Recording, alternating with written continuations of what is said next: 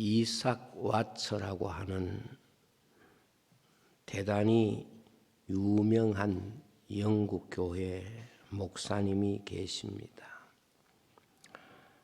그의 별명은 영국 찬송의 아버지라고 하는 그런 참으로 영광스러운 이름을 가지신 분이십니다.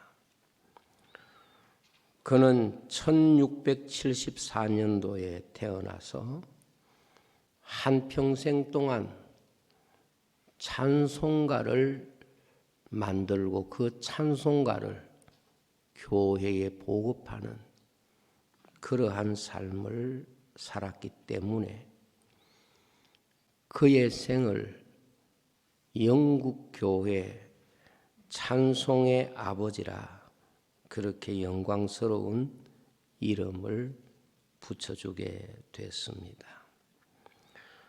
그러나 이 이삭 와처는 그의 찬송을 듣는 분들에게 있어서는 참으로 풍성한 은혜와 영감을 주고 말할 수 없는 은혜를 받게 하지만 그 자신이 가지고 있는 육신적인 조건은 너무도 일반 사람들에 비해서 부족한 부분이 많았기 때문에 그는 자기 자신을 표현할 때에 항상 벌레 같은 존재다 이렇게 자기 자신을 표현했습니다.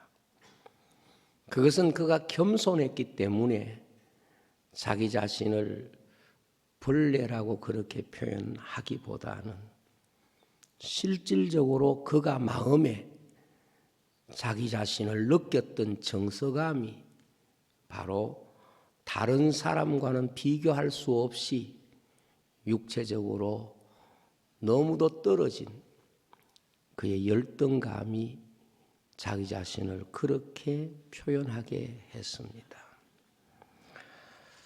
그의 키는 1m 50cm에 불과했고 그의 얼굴은 다른 사람과 비교했을 때 너무도 보편적이지 않고 조금은 특별하다고 느껴질 만큼 사람들의 눈에 못생긴 얼굴이었습니다.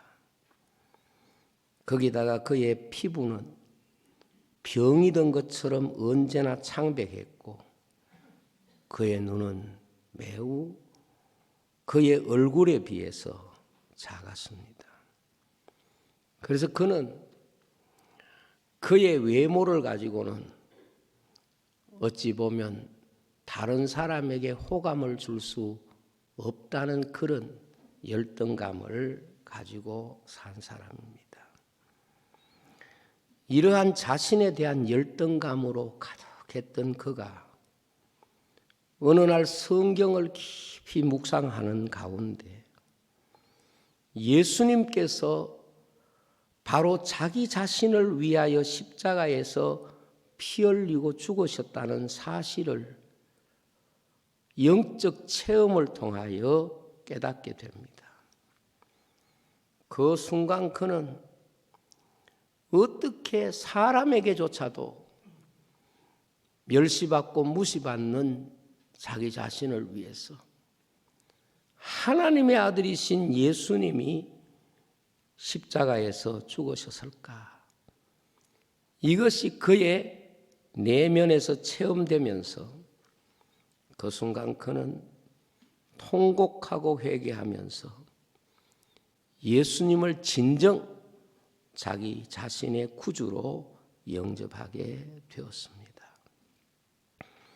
그가 예수 그리스도를 자기의 구주로 영접하는 그 순간 지금까지 사람들이 봐왔던 자기 자신, 지금까지 사람들이 자기를 보고 느꼈던 자기 자신이 아니라 예수님께서 구원하신 자기 자신, 예수님께서 사랑하시는 그 자신을 보면서 이것이 바로 새사람이라는 것을 깨닫게 된 것입니다. 그래서 그는 예수님을 만나기 전과 예수님을 만난 이후를 이렇게 비교해서 비유를 했습니다.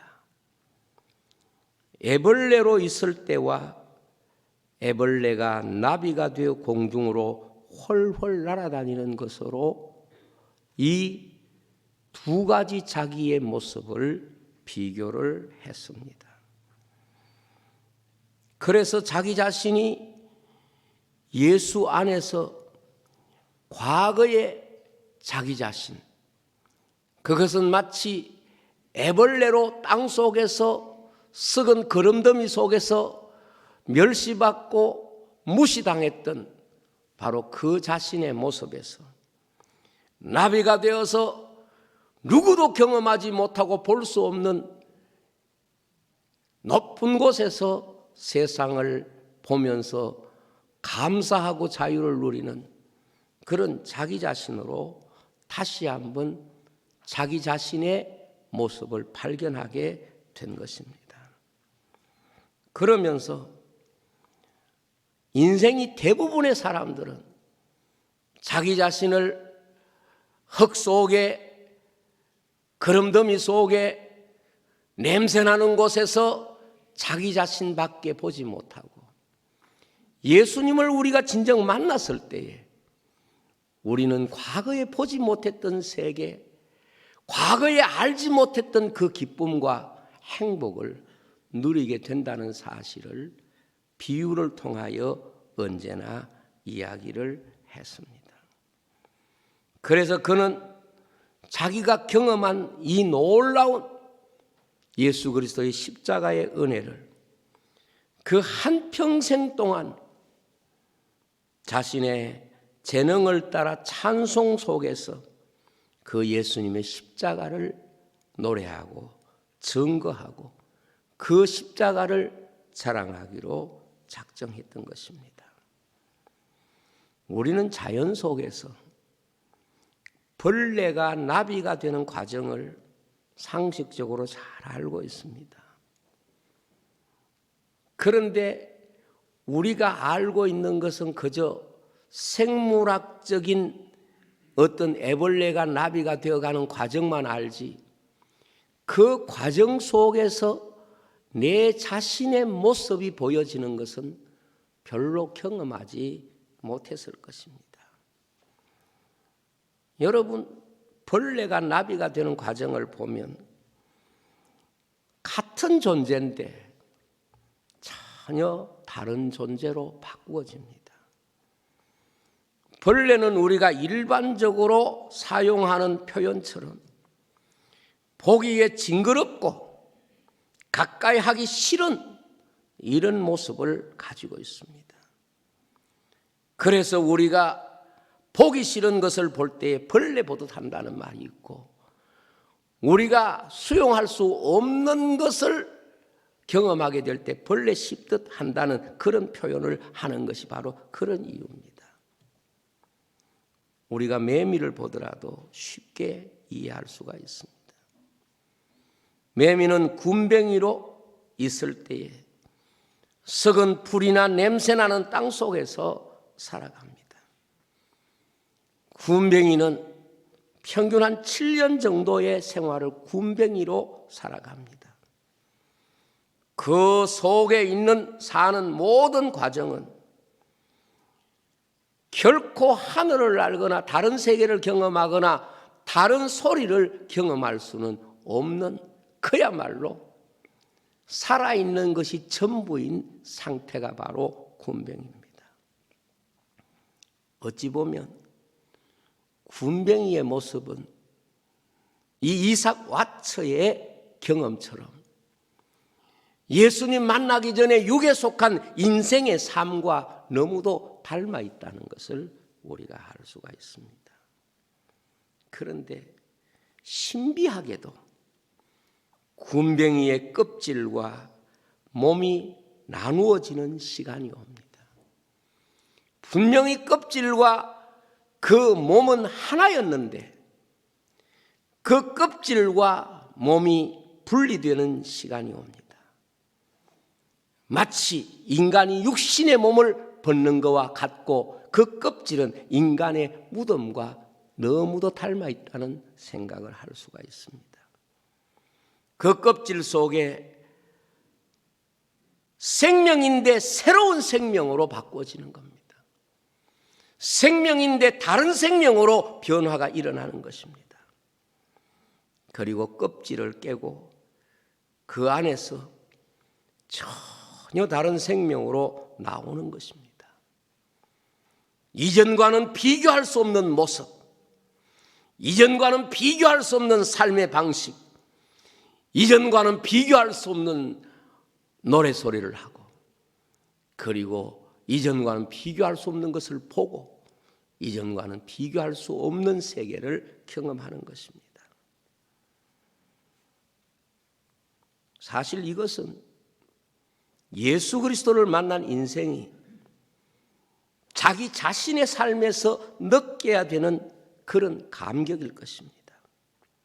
분명히 같은 사람인데 다른 존재로 인식이 되어집니다.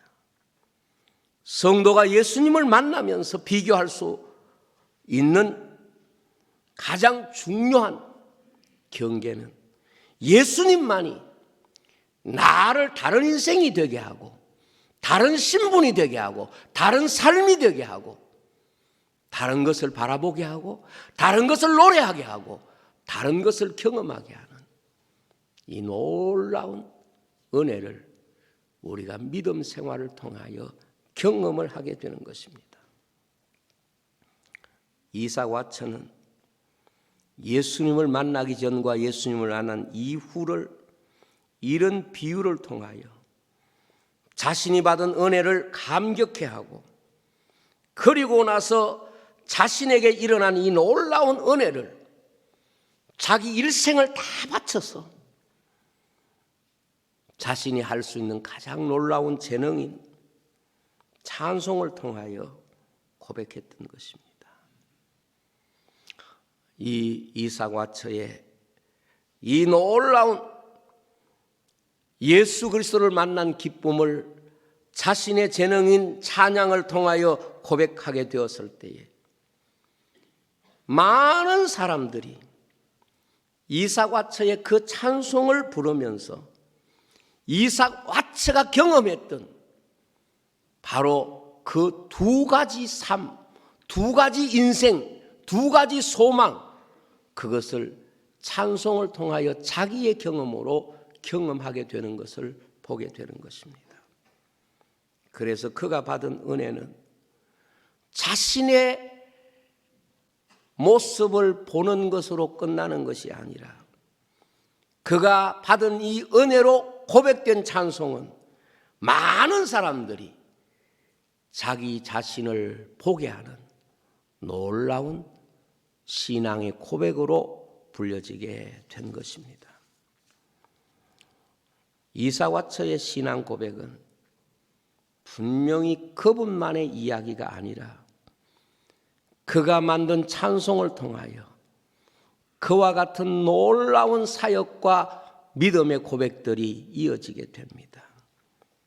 그 중에 대표적인 사람이 바로 평생 앞을 보지 못하고 맹인으로 1만 편의 찬송시를 작사한 찬송가의 여왕 페니 크로스비가 바로 이 이삭 왓츠의 찬송을 통하여 은혜 받고 회개하고 예수님을 영접하게 된 것입니다.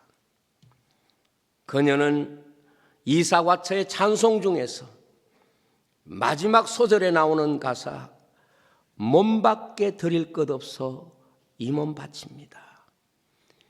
이 찬양을 듣는 순간에 정말 나면서부터 보지 못하고 한평생 어둠 속에 갇혀서 아무것도 하나님 앞에 드릴 것이 없다고 생각했던 그분이 몸밖에 드릴 것 없어 이 몸 바칩니다. 그렇게 하나님 앞에 고백하는 순간에 하나님은 그를 통하여 이 인류 역사상 어떻게 보면 가장 많은 사람들이 부르는 가장 많은 찬송가를 만들게 했던 것입니다.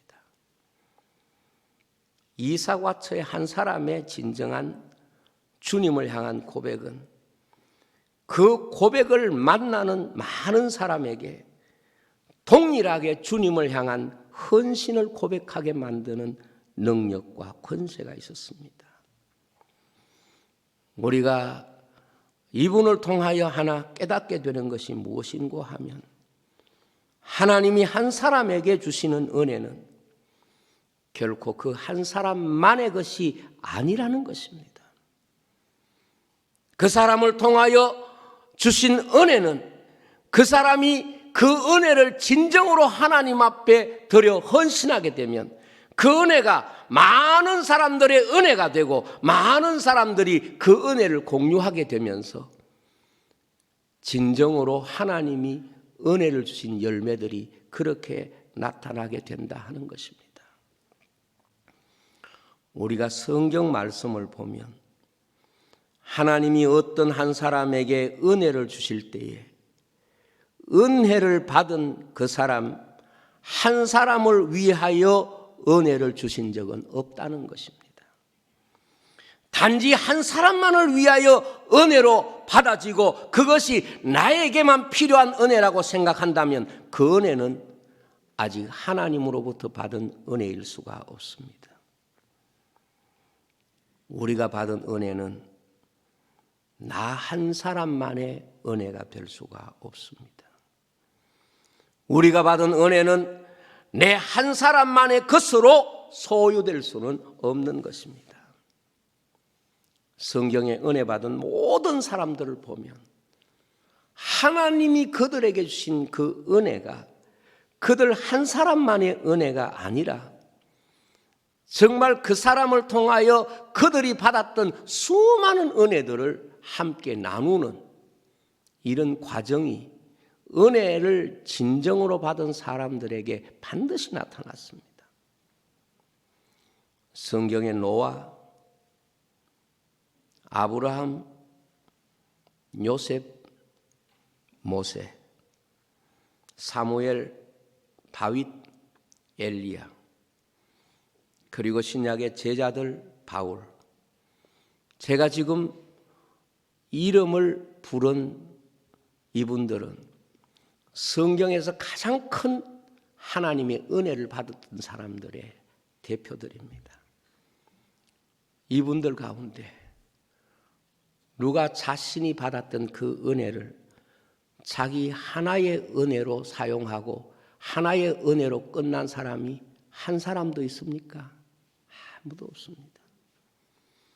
그들이 받은 은혜는 그들이 은혜를 받았기 때문에 그들이 받은 은혜 때문에 수많은 사람들이 하나님의 은혜를 경험하고 그들이 은혜를 받았기 때문에 그들의 은혜가 많은 사람들의 삶에 은혜 되게 했던 사람들이 바로 하나님 앞에 진실로 은혜 받은 사람들의 모습입니다. 오늘 우리 성도가 은혜를 해석할 때 내가 받은 은혜가 진정 하나님이 주신 은혜인가를 증명하는 가장 중요한 증거는 그 은혜가 내 한 사람만의 은혜가 아니라는 것을 깨닫고 그것이 많은 사람들에게 은혜로 나타날 때에 하나님이 내게 주신 은혜를 경험한 것입니다.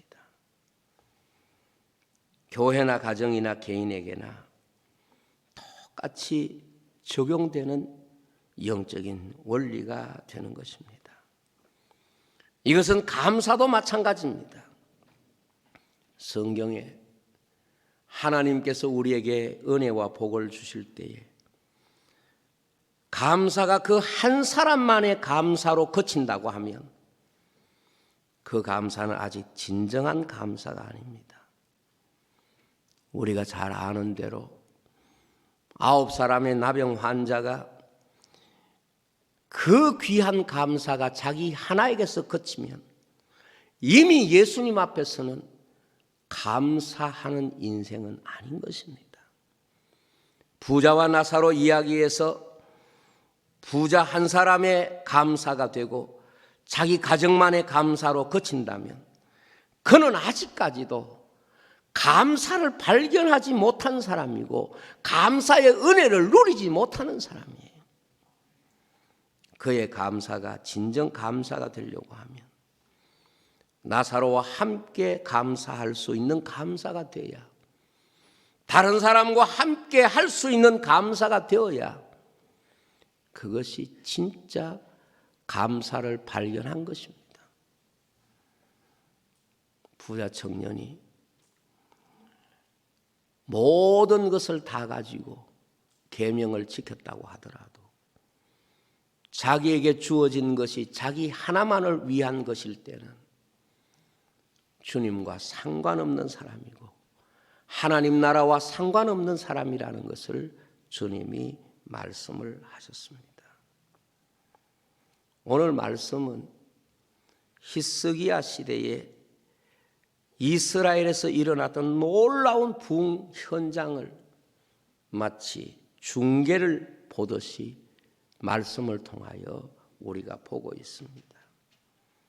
그런데 이 부흥운동은 절기를 지키는 과정에서 그들이 받았던 놀라운 은혜의 이야기입니다.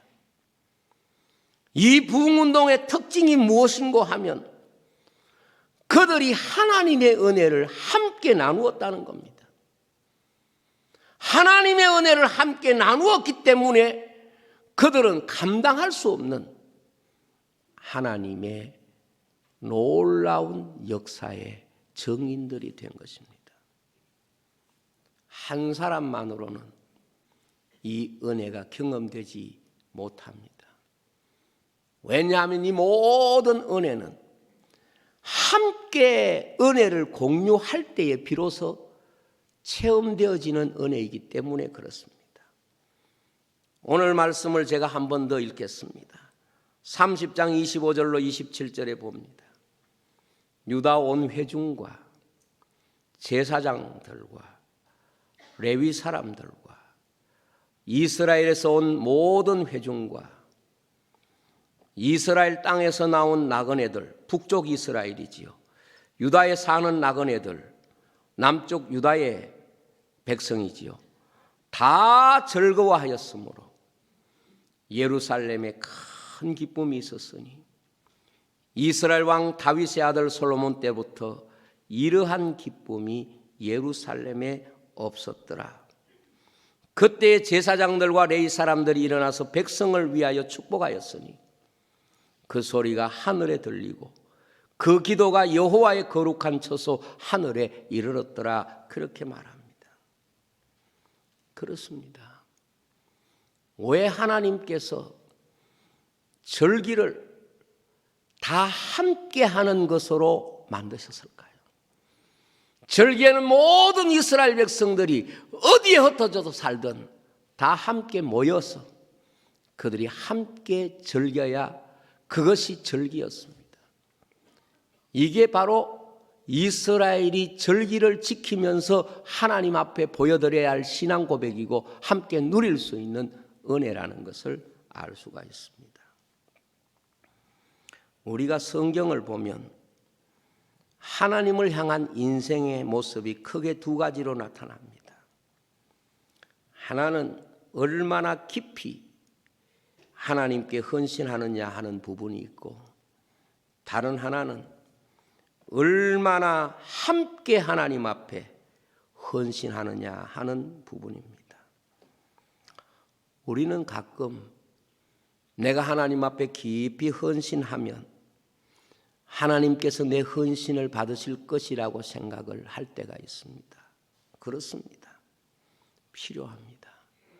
그러나 하나님이 절기를 주신 중요한 이유는 함께 하나님 앞에 헌신하고 함께 충성하도록 함께의 자리가 바로 이스라엘에게는 절기의 자리였습니다. 그래서 히스기야는 이스라엘 백성 앞에서 하나님의 성전을 성결케 하고 그 당시에 모든 이스라엘 백성과 함께 이 절기를 지키기 위해서 명령을 합니다. 역대하 29장 27절로 30절입니다. 히스기야가 명령하여 번제를 제단에 드릴새 번제 드리기를 시작하는 동시에 여호와의 시로 노래하고 나팔을 불며 이스라엘 왕 다윗의 악기를 울리고 온 회중이 경배하며 노래하는 자들은 노래하고 나팔 부는 자들은 나팔을 불어 번제를 마치기까지 이르니라. 제사 드리기를 마침에 왕과 그와 함께 있는 자들이 다 엎드려 경배하니라. 히스기야 왕이 귀인들과 더불어 레위 사람을 명령하여 다윗과 선지자 아삽의 시로 여호와를 찬송하게 하며 그들이 즐거움으로 찬송하고 몸을 굽혀 예배하니라 그랬습니다.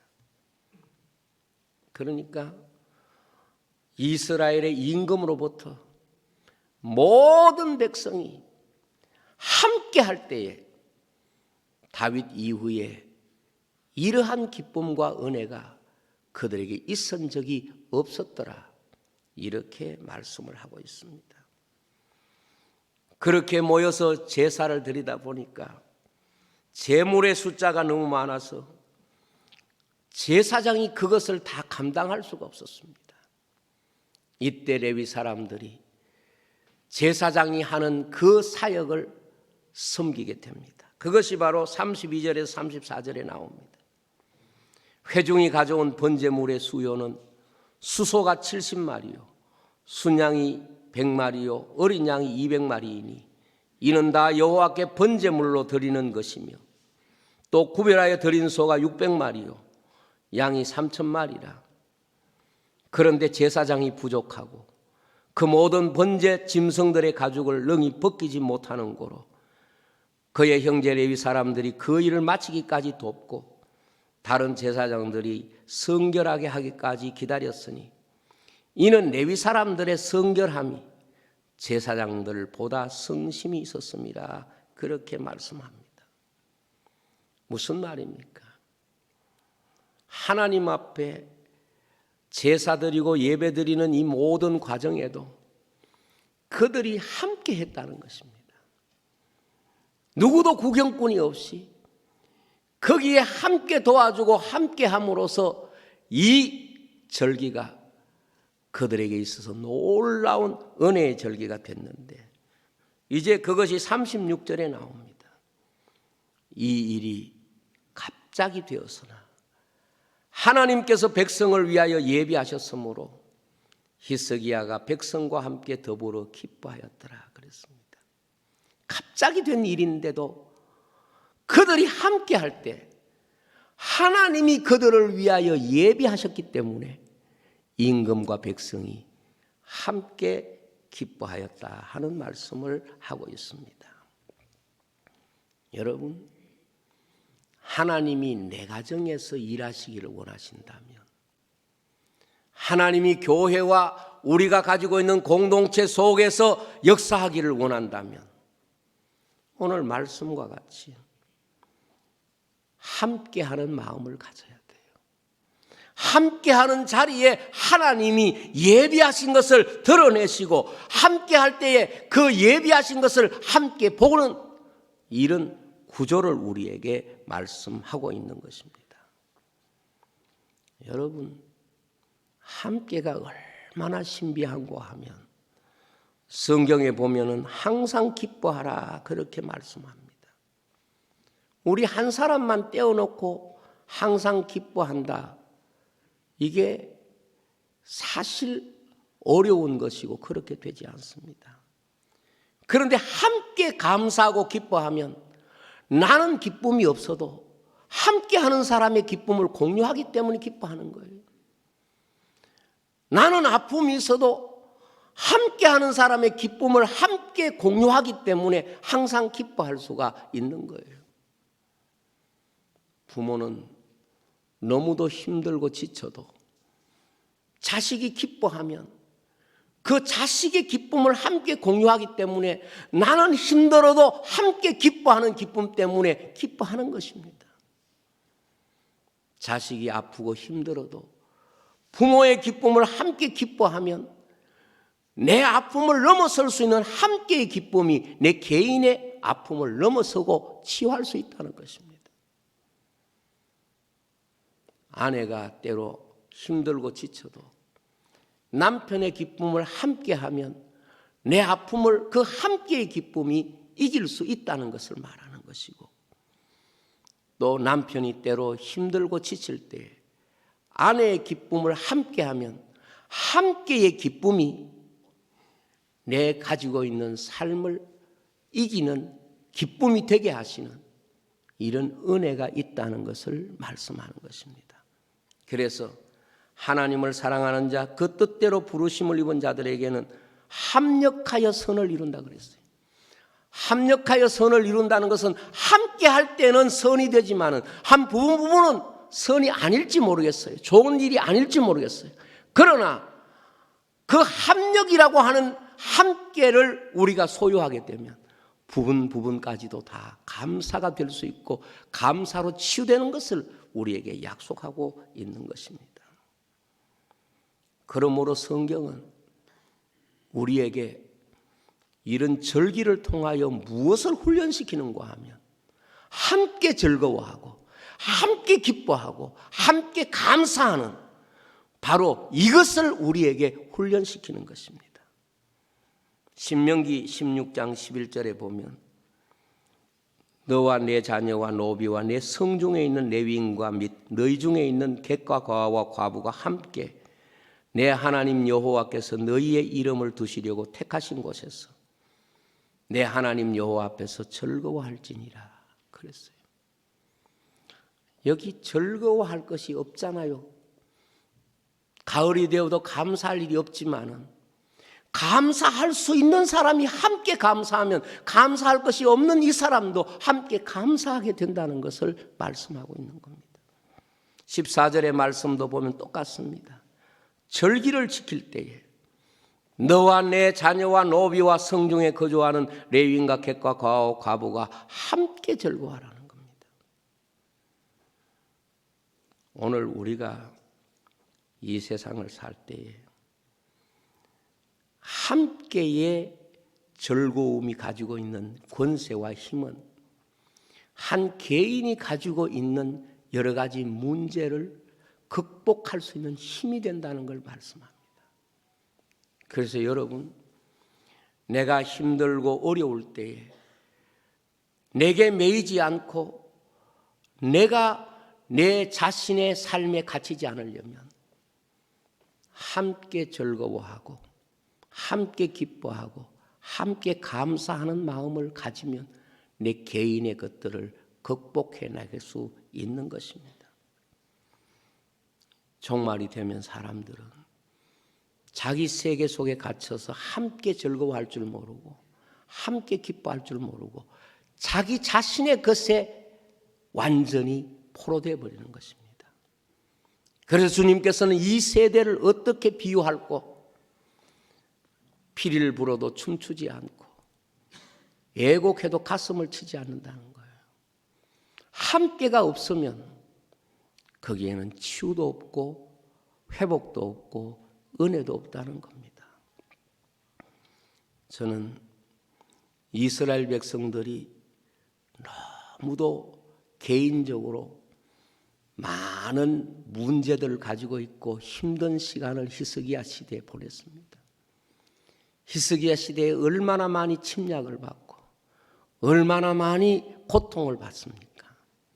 그러나 그들이 함께 모여서 하나님 앞에 즐거워하고 기뻐하면서 그 개인의 상처를 치유해가는 하나님의 거룩한 뜻이 이 절기 속에 있는 줄로 믿습니다. 여러분, 교회가 가지고 있는 위대한 권세와 힘이 어디 있습니까? 우리 개개인은 힘들고 어렵지만 함께 예배드리고 함께 하나님께 충성하고 함께 봉사하고 섬김으로써 이 함께의 권세로 우리 개인의 문제와 내 개인의 상처들을 극복해낼 수 있는 은혜가 주어진다는 것을 우리가 알아야 되는 것입니다. 오늘 우리가 말씀을 보면 그것을 느낄 수 있습니다. 최근에 치앙마이에 라오족 부지가 마련이 되고 이제 성전 건축 기초에 공사가 들어갔습니다. 저희들이 처음 그분들을 볼 때 작은 남의 마당에서 기타 치면서 찬송을 부르는데 같은 목사님들, 사모님들이 그 모습을 보고 대부분 손수건을 꺼내고 눈물을 닦았습니다. 그렇습니다. 그들 사정이 얼마나 딱하고 안타까웠는지 모릅니다. 가신 목사님 중에는 적석에서 돈을 주어서 햇볕이라도 좀 가리라고 그렇게 헌금하신 분도 계셨습니다. 그런데 이제는 그들이 거주할 성읍을 얻고 그리고 그 가운데 예배당이 세워지고 있습니다. 저는 교회가 가지고 있는 아름다움이라고 하는 것은 함께의 은혜를 키워가는 것입니다. 우리 교회가 절기헌금을 가지고 함께라고 하는 이 정신을 정말 한국 교회에 심고 싶습니다. 그래서 우리가 함께 즐거움 속에 그 즐거움이 없는 사람을 초대하고 함께 즐거워할 수 있어야 그것이 하나님 앞에 지키는 절기라고 성경에 말씀하고 있습니다. 그래서 모든 절기 헌금을 우리는 함께라고 하는 그 믿음을 담고 있습니다. 추수감사절 절기 헌금은 장학 헌금으로 다음 세대의 가슴에 우리가 감사를 함께 나누는 것이고, 그리고 성탄절 절기헌금은 군에 가서 젊은이들이 훈련받고 있는 동안에 그들에게 복음을 전할 수 있는 토대가 되도록 그렇게 드려지는 것이고, 맥주절 헌금은 어떻게 보면 도시 교회에 비해서 한없이 열악한 농촌교회에 우리가 함께를 통하여 우리가 그들에게 위로가 되고 기쁨이 되려고 하는 것입니다. 오늘 말씀을 보면 이 함께의 기쁨이 하나님 앞에 어떻게 받아들여지는가, 하나님은 함께하는 자리에 어떤 은혜를 주셨는가, 그것을 오늘 우리는 말씀을 통하여 확인했습니다. 첫째는 25절 26절입니다. 유다 온 회중과 제사장들과 레위 사람들과 이스라엘에서 온 모든 회중과 이스라엘 땅에서 나온 나그네들과 유다에 사는 나그네들이 다 즐거워하였으므로 예루살렘에 큰 기쁨이 있었으니 이스라엘 왕 다윗의 아들 솔로몬 때로부터 이러한 기쁨이 예루살렘에 없었더라. 여기 예루살렘에 큰 기쁨이 있었으니 그렇게 말씀을 합니다. 여러분, 기쁨의 크기가 무엇일까요? 기쁨의 크기란 말이지요, 내가 너무 좋아서 펄쩍펄쩍 뛰는 그런 한 사람이 기쁨에 느끼는 어떤 감격이라든가 감성이 아니에요. 하나님이 보실 때 큰 기쁨은 기쁨을 얼마나 많은 사람들이 누리느냐, 이게 기쁨의 크기입니다. 이 일로 얼마나 많은 사람들이 기뻐할 수 있느냐, 이것이 하나님이 보시는 기쁨의 크기고 예루살렘에서 누릴 수 있는 기쁨의 크기가 되는 겁니다. 그래서 큰 기쁨이라고 그랬습니다. 여러분, 인생이 아무리 내가 좋아가지고 펄쩍펄쩍 뛰어도 그 한 사람만이 기뻐하는 기쁨은 큰 기쁨이 될 수가 없습니다. 큰 기쁨은 기뻐하는 사람의 숫자가 만드는 것이에요.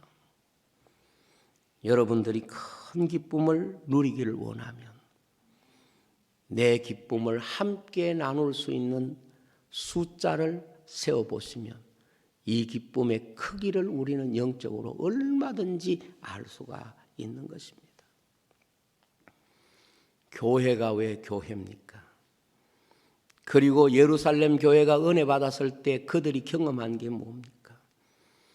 자기의 것을 자기의 것이라고 생각하지 않고 자기가 지금까지 개인적이었던 것을 함께의 것으로 바꾸는 것입니다.